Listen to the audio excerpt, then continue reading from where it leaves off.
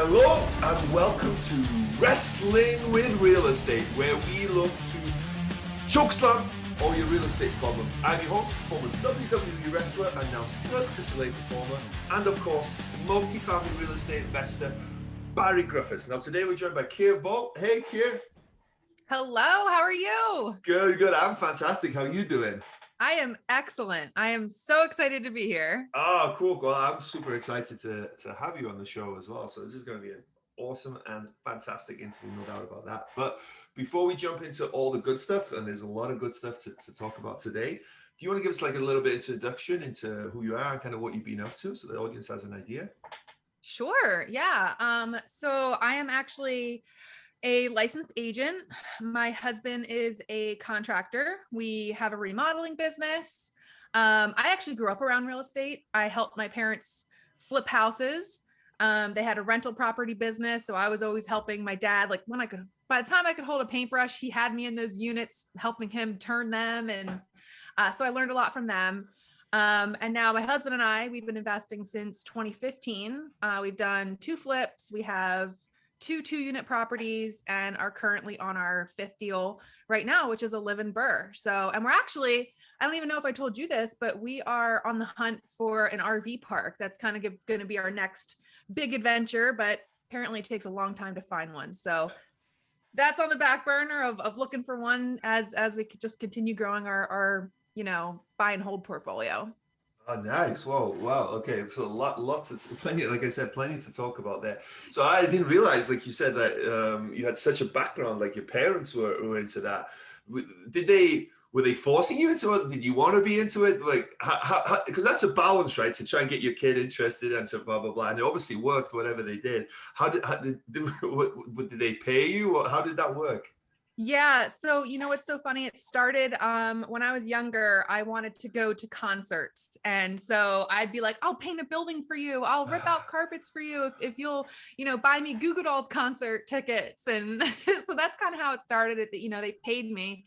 And then I kind of just I had a love for like demoing things. I'd take a sledgehammer to, things that needed to be demoed in apartments. And I just found it to be so much fun. And then I got paid to do it at the same time. And I felt like I was learning for the future. I always knew that I wanted to get into real estate. And in all honesty, when I got older and graduated high school, I didn't even want to go to college. I wanted to get right into real estate investing.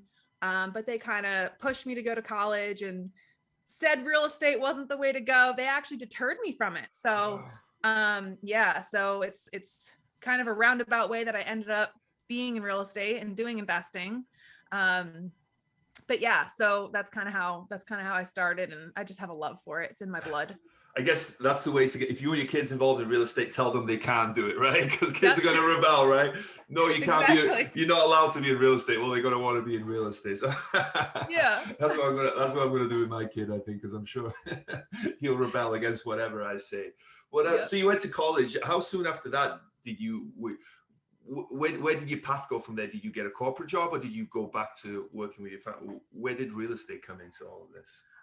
So I actually, like I said, I always knew that I wanted to do real estate investing. So I tried to graduate college as fast as possible. So I graduated only a semester early. I was trying for a year early, but couldn't do it. So I graduated a semester early, and then I went and got my real estate license. And that took me a couple of months because I did it while I had a part-time job. I was like working in a parking garage and trying and studying at the same time. It was a beautiful, I was getting paid to study basically. Passed my real estate license exam. And then I got a corporate job as a property manager. Well, I started as a leasing agent and worked my way up to a property manager.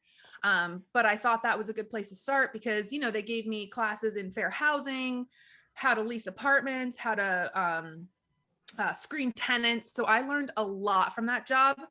I just couldn't stand corporate America. I didn't like being at a 9-to-5 and working for somebody else. So I was there for 4 years and bought our first flip, and I quit my job. I was like, all right, I'm going to be a full-time flipper, which didn't work out that way, but it got me to where I am. So I'm happy with how it happened. Yeah. So the goal was always to be a full-time investor. So everything you did up to that, like getting your agent's license, going to work for a property manager, was leading to what you wanted to be. Would that be wow, that's cool. That's so awesome that you knew so much that exactly what you wanted to be, because most people, I think that's not the case, right? I knew that wasn't the case for me for sure, but that's cool that you were. Talk us about that. Let's hear about this first flip then. It sounds like maybe it didn't quite work out like you wanted it to. You know what? It actually did, except for, so we purchased the flip, and then I quit my job. And like I said, my husband, who was then my boyfriend at the time, he was a contractor and I was an agent. So we were like, oh, this is perfect. Let's do a flip together. So we purchased that first flip. It took us, we were actually way under budget, but it took us a lot longer to finish the project than we had anticipated. So we put it up right before winter, which was not an ideal time to get something on the market. Well, back then, I'm sure now is a different story, but back then it was definitely not the best time to put it on the market. We had a bunch of interest. Nobody could get approved for a loan at the time, even though there was a ton of interest. So we were like, let's just rent it out for the winter, not have to worry about selling it this winter. And then we would also, hold it for a year. So our taxes would be less that we would have to pay on the flip. So we're like win-win. But then we kind of got addicted to that mailbox money, and we're like, oh my gosh, this is what it's like to be a landlord. Like, how cool. But I hadn't discovered like BRRRR. I didn't have any mentors at the time.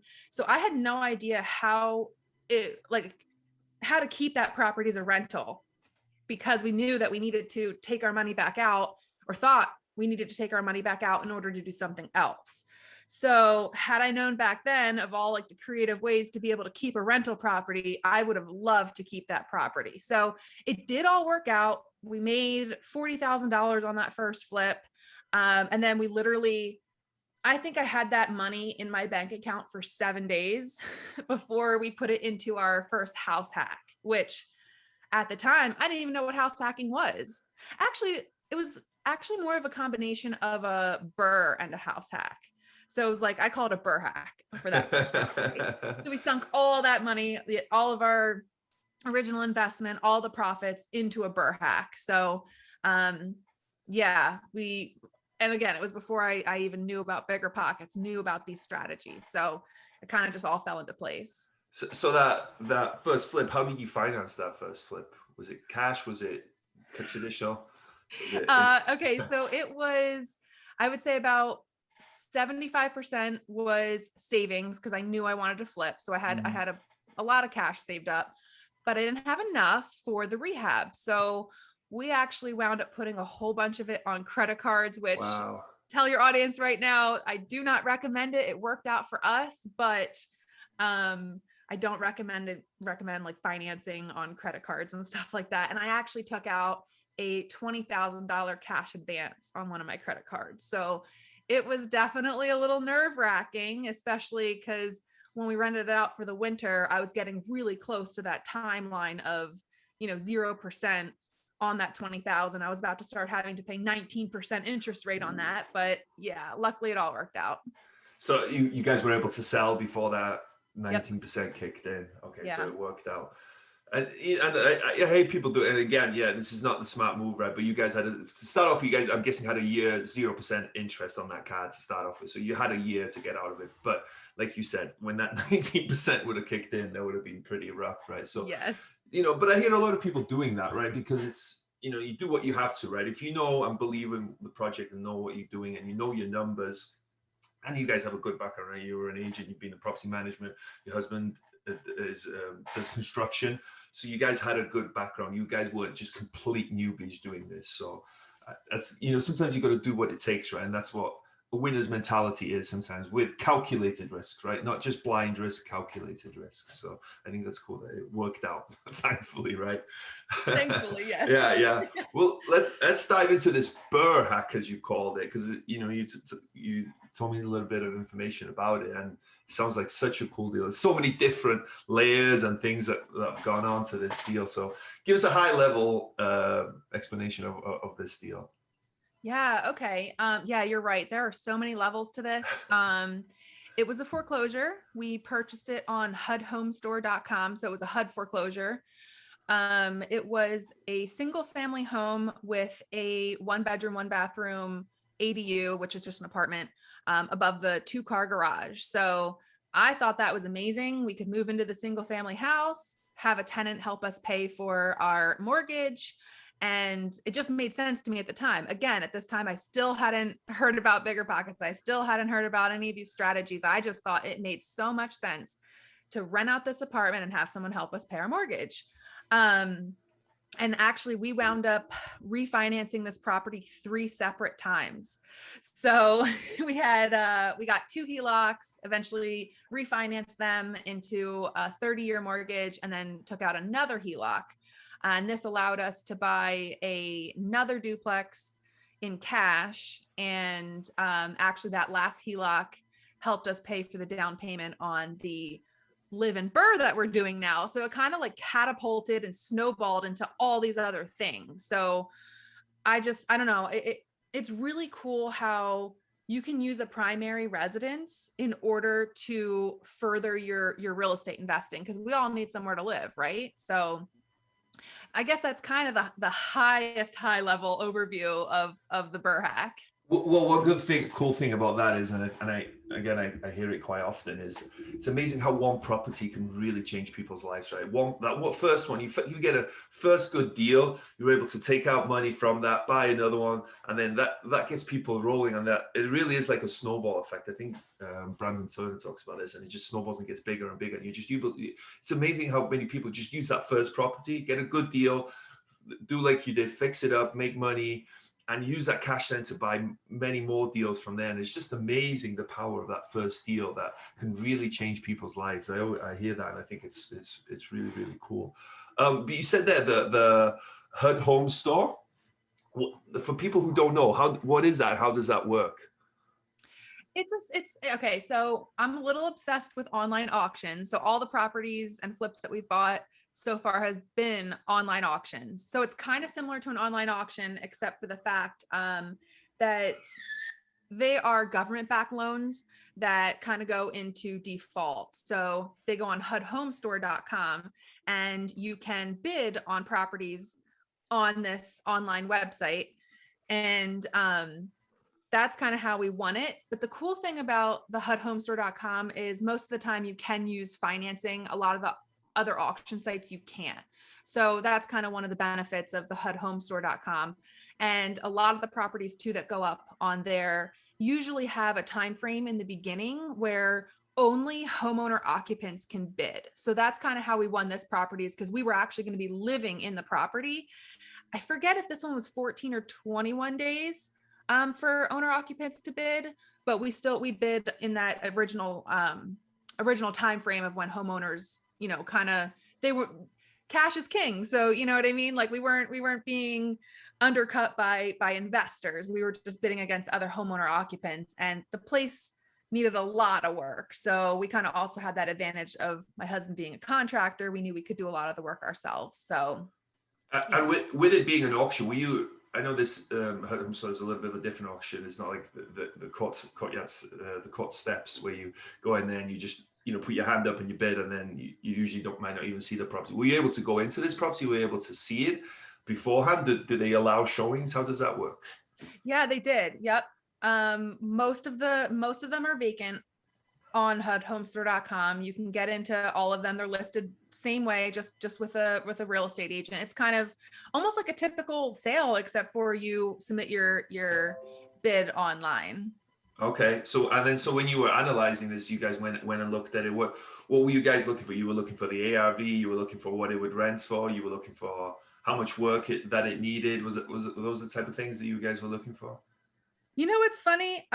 Like I said a million times, it was before I knew what I was doing. Oh, okay. I just knew that it made sense to have someone help us pay for the mortgage. So in all honesty, I did not. And again, guys, don't do this, but we did not do any kind of analysis on this property, except for, I kind of knew what properties were going for. I knew that it was a good deal because we bought it for, I think it was like $111,000.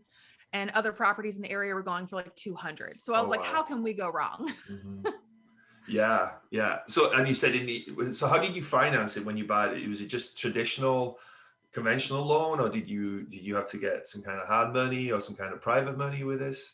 So we actually paid about half of it with private money, and then the other half came from our original investment and our profit from that first flip. So it's kind of half and half on that one. So what was the timeline on having to purchase to come up with the cash? Is it like a traditional closing, like 30 days?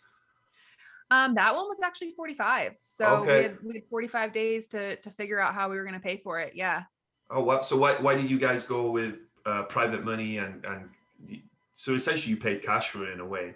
Yep. What was the reason behind that? Did it not qualify for maybe conventional financing because of it needed so much rehab, or is it just something that you guys felt more comfortable doing that? We actually, so one, we did feel more comfortable just doing it that way because we could.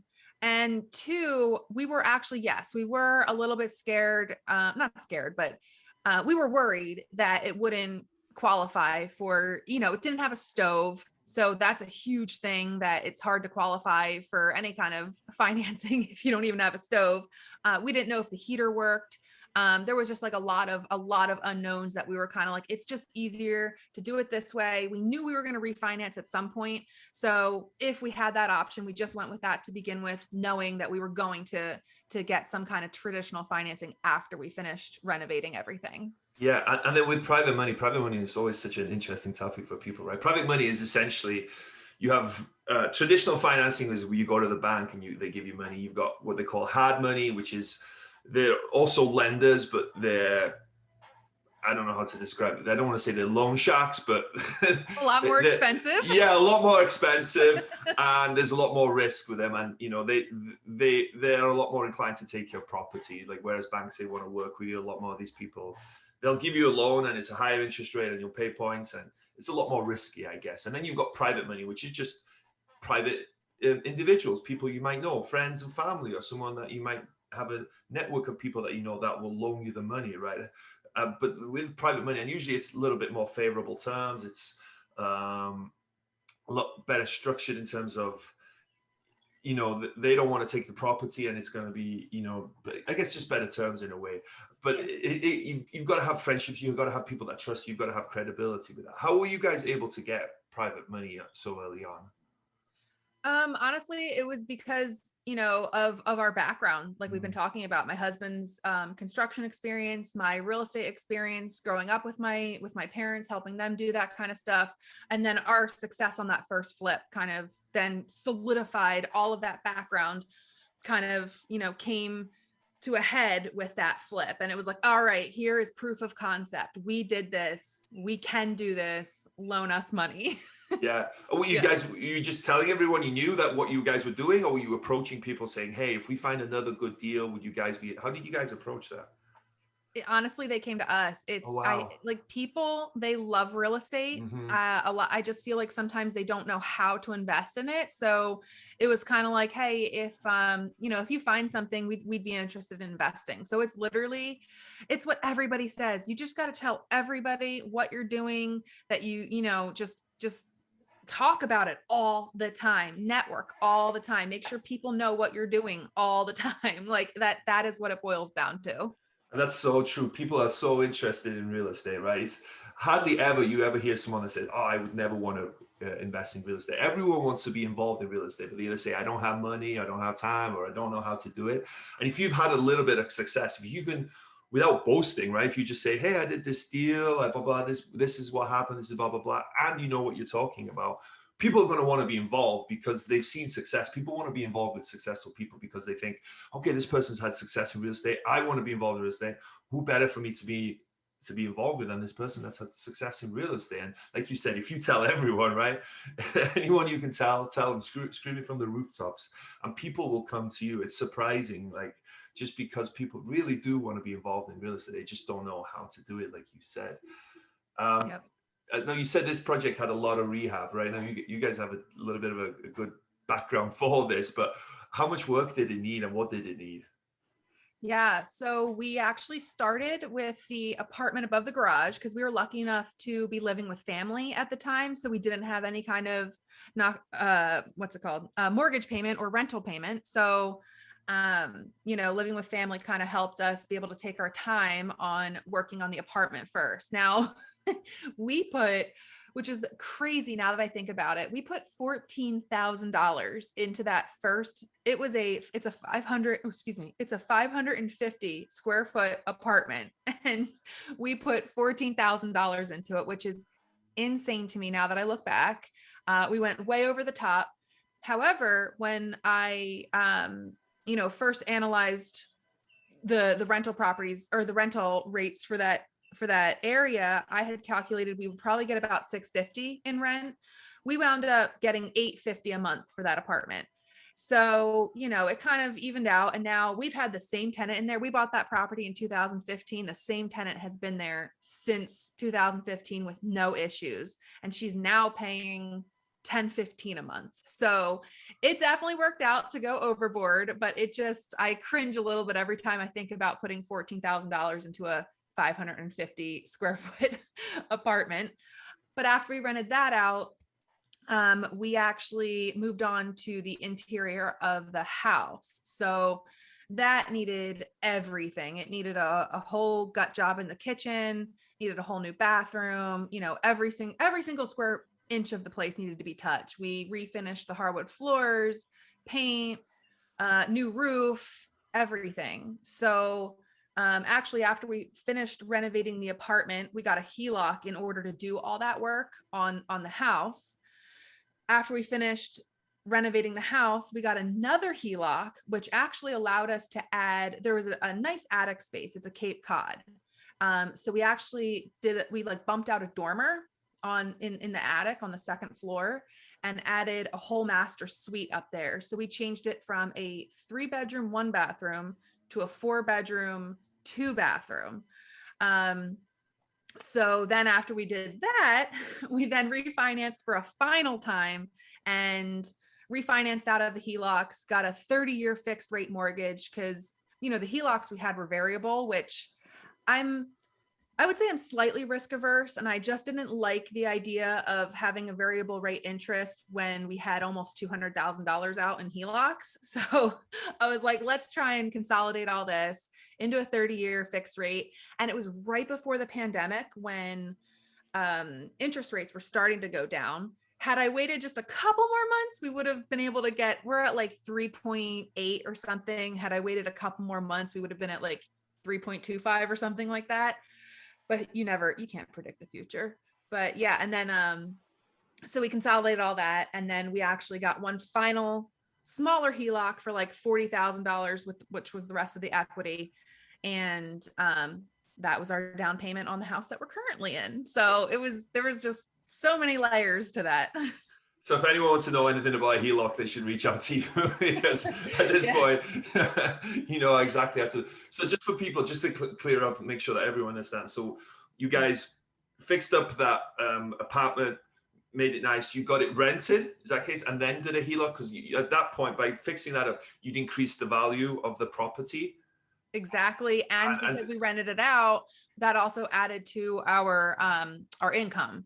So they counted that as well. And so your DTI was okay, and Yep. And also you bought it cash, so you had all that equity in there, so you were able to tap into that equity that was in the home.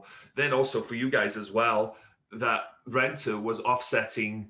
So I don't know if all or part of that HELOC. So essentially, that renter was paying for most of that HELOC. So it's not free money, but it wasn't coming out your pocket every month, right? Because of that, and then you use that money then to fix up that master suite, right? Was that the case? The master suite, and then the master suite probably increased the value of the property again.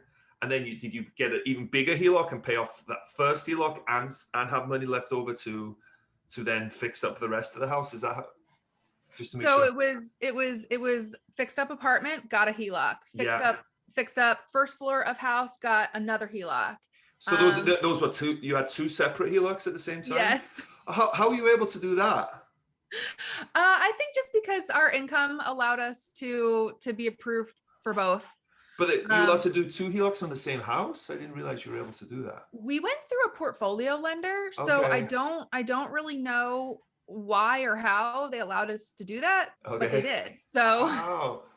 Okay. Yeah, I've never heard of that before. That's why I was, I guess, confused. Yeah. So you had a HELOC, 2 HELOCs at the same time. That's pretty cool.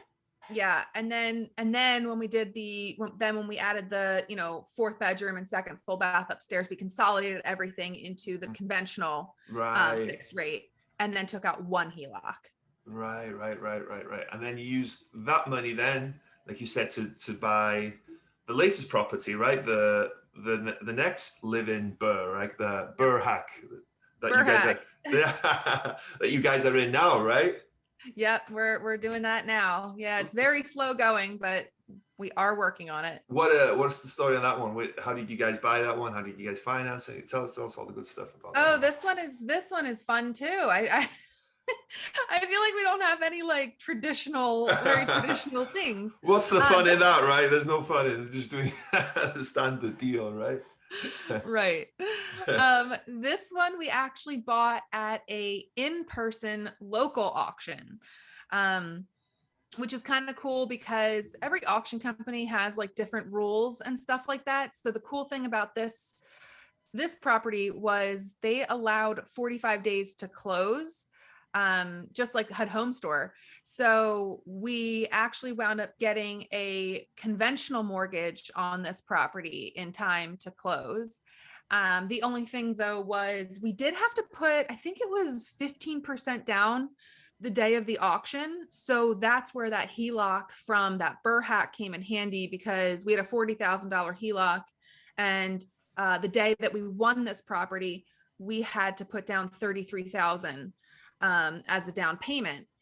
But the even cooler thing is, at the closing table 45 days later, when we closed on this property, we actually got a check for $11,000 because our conventional mortgage was only a 5% down conventional mortgage.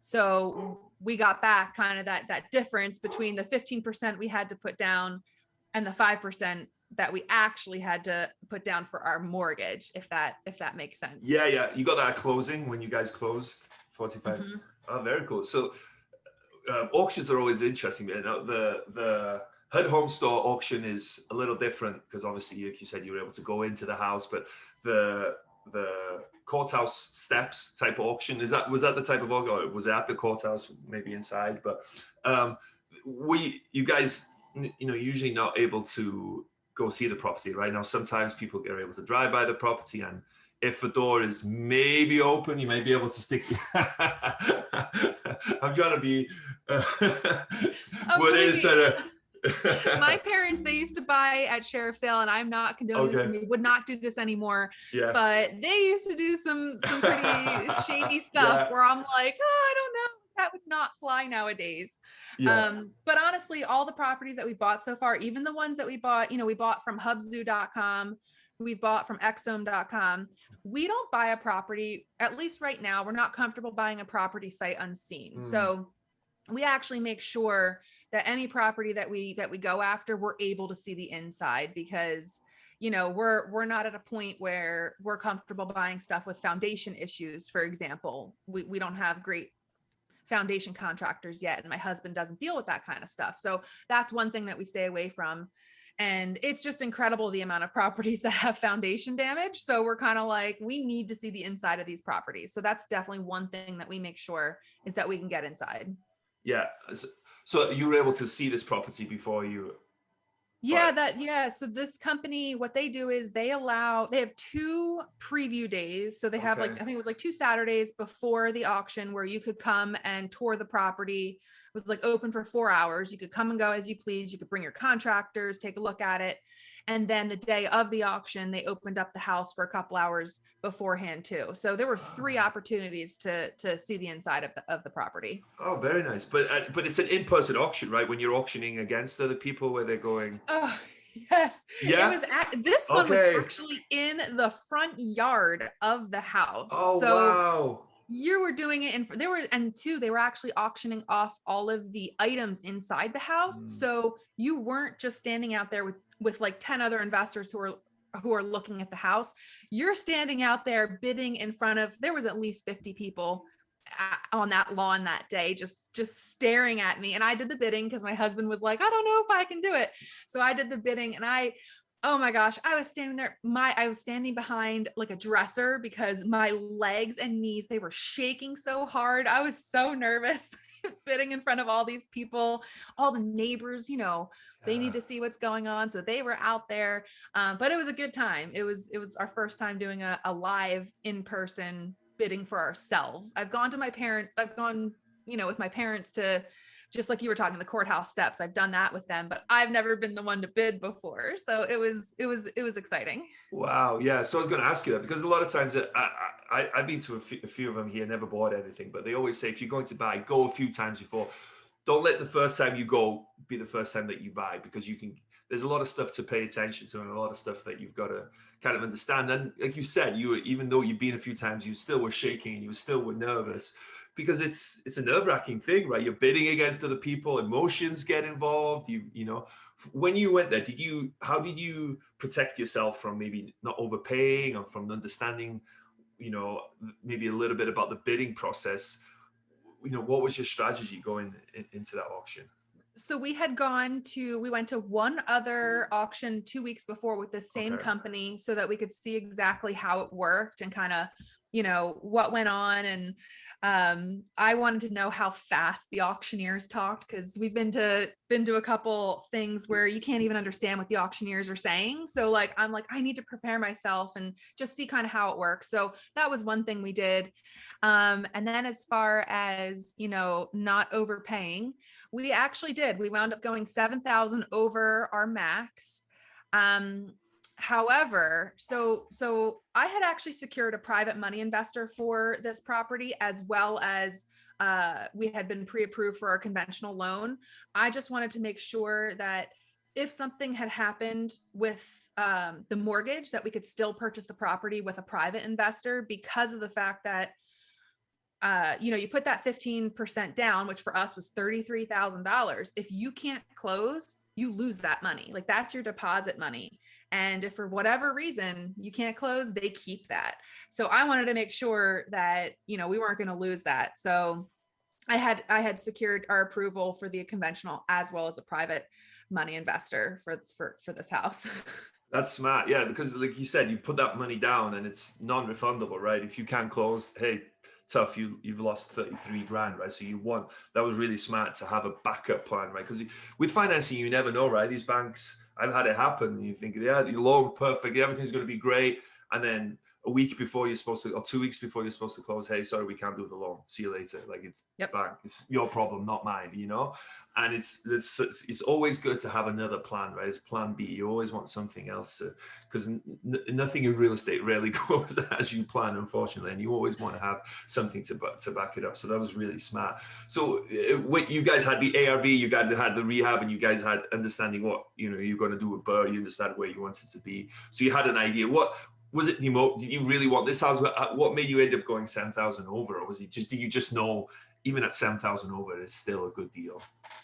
Yeah, we knew it was still a good deal. And in the back of my head, as I was bidding, I was kind of like, okay, if the conventional, private money is more expensive than our conventional. We had secured a private money lender at 8%. Our conventional mortgage was 3.25%. So in the back of my head, I'm like, okay, if the conventional mortgage goes through, that leaves us I don't know if it was 7,000, but that leaves us with some kind of a padding between the difference of the 8% we would have had to pay to a private investor. So it's kind of banking on the fact that we would definitely get that conventional. And then also in the back of my head, I'm like, we'll just do a little bit more of the work ourselves instead of outsourcing, because we have been trying to outsource a little bit more here and there. But I was like, we're living here. We can take a little bit more time. We can do a little bit more of the work. $7,000 in the grand scheme of things. Okay, we'll do it. And I'm not going to lie, I did get a little bit caught up in the bidding, because that's just how it is. And they're there and they're in your face, come on, 500 more, 500 more. And we're like, okay. So a little bit of peer pressure from the auctioneers kind of pushed us to the $7,000 over as well. Well, I was going to ask you that, where if someone's looking to buy at an auction, do you have any tips for them? Any strategies that they maybe could help them, make sure that they get a good deal, make sure that they stick to what they're trying to stick to? Yeah, I mean, definitely go in knowing your numbers, like calculate your ARV, make sure that, because we're living in the property, we knew, since we're eventually going to refinance out, that we'll be able to get 75% to 80% loan to value after we're done. So we knew those numbers. And then also one of the things that we've kind of noticed now over time, we've been to a couple auctions just for fun since. We've noticed too that you kind of go up slower. We kind of we were so excited to get the place. We were just bidding. But we kind of noticed that if you slow down a little bit and hesitate on some of them, they I don't know, the numbers don't seem to go up as fast if you're not going fast, which I don't know if that makes any sense, but that's just something that we've noticed. And we were kind of oh, we shouldn't have gone up to 200 immediately. We should have slowly gotten up there. But you live and learn. Yeah. But I'm sure, like you said, if you slow it down, if it's going up, boom, boom, boom, boom, boom, boom, all of a sudden it's going up. But if you're able to take your time and slow it down, and people maybe get a chance to think as well, whoever you're bidding against, wait, do I really want to pay this much? Because like you said, I've heard that a lot of times, that people, their emotions get the better on the auction. You've just got to make sure that you understand your numbers and understand what you're doing. And like you said, just go to a few auctions, right? See what it's all about, maybe, have a few properties that you bid on beforehand that you try, and just get used to the process of that. Like you said, you don't get caught up in all of that. Yeah, definitely. That's actually a really good point. Yeah, definitely. Especially like I said, I actually went to this specific auction company's auction beforehand just to see how they specifically work, because they all work different. They all have different rules. They all have different auctioneers. So that's a good thing. Definitely go check out other auctions with the same company. Yeah, very cool, very cool. Yeah. Well, this is an awesome story. I could keep talking about this. Is so much, like I said, so many layers, so many different levels, so much different stuff that you've done, and it's just so cool to see that first flip essentially, right, has bought you these two more BRRRRs, these the house hack, and then moved into the next one. And it's just the power of real estate. From it's amazing where you can go from not that much, right? From starting out with not that much. It was just a flip, and I'd say just a flip. It was, it wasn't this crazy huge deal, but here you are now building a portfolio and looking to get an RV park next. It's just the snowball effect, and it's absolutely amazing what you can achieve in real estate. And that's why I love it so much. Yeah, absolutely. Right. Absolutely. But as this show is called Wrestling with Real Estate, I like to incorporate some wrestling related real estate questions. And the first question is, what would your wrestling name be? I mean, I feel like it kind of has to be the BRRRR auction queen. I love BRRRRs, I love auctions, and I'm a queen. So the BRRRR awesome. auction queen is kind of what I came up with. The BRRRR auction queen. That's absolutely awesome. Yeah, that's really cool. Really cool. Every wrestler has a special move. What is your special move in real estate? Oh, I don't know if I have a name for it, but honestly, our special move would be using our primary residences to continue in real estate investing. I just think that it's just such a phenomenal way to get started and continue in real estate.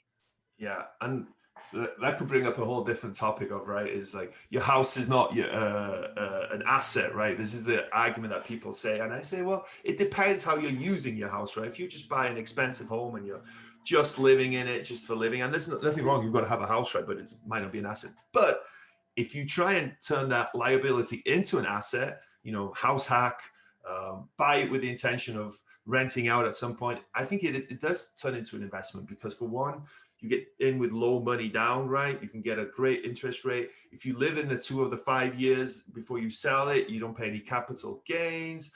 Every year, after a year, you can buy another one with 5% down. It's just amazing what you can kind of do with that. So I disagree. I think Grant Cardone is the one that says it right all the time, that your house is not an investment, but I disagree. As long as you have it with the intention of being invested. Exactly. I think it depends on how you use it too. I think it definitely can be. At some point, we definitely want something that's going to be, we don't want a liability, but at some point I would like to have my dream home, and it's going to be a liability, but I'm you know, for now, we're going to keep using our primary as an asset.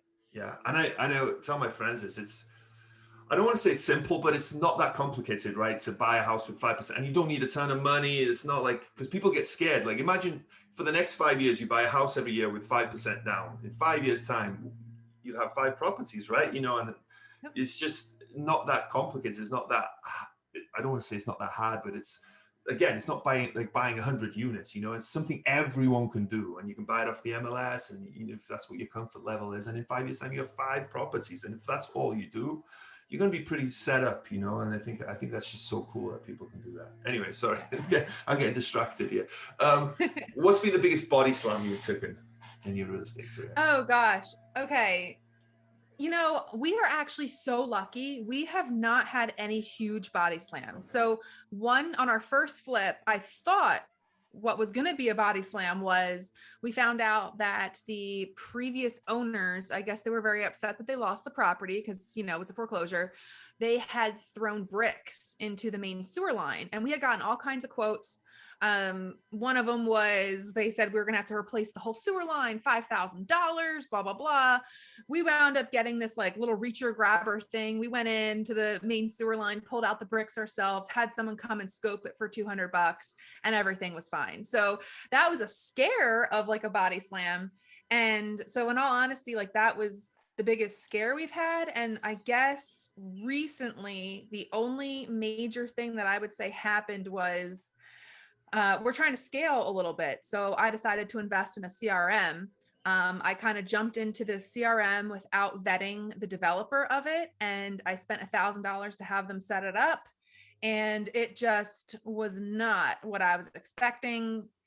Fought with a developer, tried to get my money back, and I lost. So spent $1,000 on a CRM. But honestly, if that's the worst that's happened to us so far, I am grateful. $1,000 is nothing in the grand scheme of things. Yeah. Nobody wants to lose $1,000 for a second, No. but in real estate, you can lose serious hundreds of thousands of dollars. And I don't want to say easily, but it can happen, you know. And yeah, that's good. I'm glad you've got no body slams, and that's awesome. Let's keep it like that, right? You must be a good wrestler. You're really good at wrestling with real estate, I guess, right? That's what we get from this. So was there a moment that you were standing on the top rope, getting ready to jump, but you were too scared? What was it, and how did you overcome it? You know what? We actually are still struggling with this, honestly. And I've had a couple mentors in the past tell me that kind of one of our thing is we're actually too afraid to jump into almost everything. Like where there's so many deals we should have jumped on.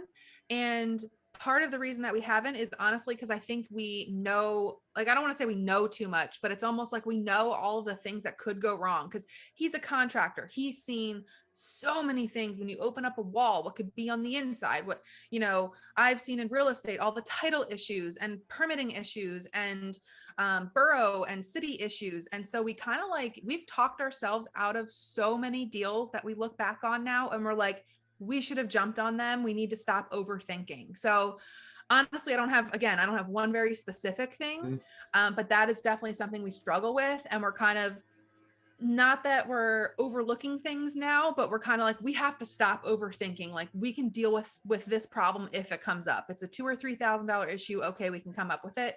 Because in all honesty, the things that we think about, not every single thing is going to happen at the same time. Not every property is going to have a title issue, a permitting issue, a roof issue, you know what I mean? Like every single thing's not going to happen at once. So I just need to keep telling myself that and start jumping into a couple more deals here and there. Cause like I said, if we had bought a couple of these in the past, we'd be a lot further along by now. So but I understand because sometimes ignorance is bliss, right? You know, when you're starting out, you don't know what you don't know, and you're just like, okay, what can hurt me? That you don't know what can hurt you, and then once you understand this, it gives you that hesitation, makes you think a lot more about what you can lose and what can go wrong. And so I completely understand that. But you know, it's about risk mitigation as well, right? Understanding, okay, this goes wrong, what can happen, and you know, this goes wrong, we're okay, you know, and like you said, not everything is going to go wrong, right? I'm trying to understand that, I'm sure. Yeah. You guys will get there, I'm sure. Well, cool. Well, Kier, thank you so much for coming on today. This has been such a fun conversation. Like what you've done is so cool, and just, you know, the different levels to these deals is so cool. And it's, you know, the two deals that you've done, the auction ones are so unique. I haven't heard stories like that of the levels that you've done, and it's really cool. So I appreciate you sharing that, because I'm sure a lot of people have learned and understand what's possible, right? Just from starting out with some, I don't want to say simple deals, but with stuff that everyone can do, right? That's the cool thing about it. Everyone can kind of do that. So I love that, and I'm excited to see what's next. And hopefully, I'll have to get you back on once you bought an RV pack, right? That'll be cool. It's the evolution into an RV pack. That'll be cool. Yeah. So, but before we go, if anyone wants to reach out, get in touch, and find out more about what you've got going on, how can they do so? I am very active on Instagram. So I'm at realestate.kier on Instagram. I'm Kier Buys Houses on Facebook. I actually have a blog. I don't keep up with it very much. I'm thinking about, kind of restarting it again here. It's thestonehead.com. That's the nickname my dad gave me growing up. So those 3 places are where you can find me the most active. And then I also started a little community online for real estate investors. It's the Like-Minded Investors community. So you can, go head over there. It's at Like-Minded Investors. So those places you can find me hanging out all the time. Very cool, very cool. Well, thank you so much again for sharing your stories. It's been a very fun interview. I really appreciate it. Thank you so much for having me.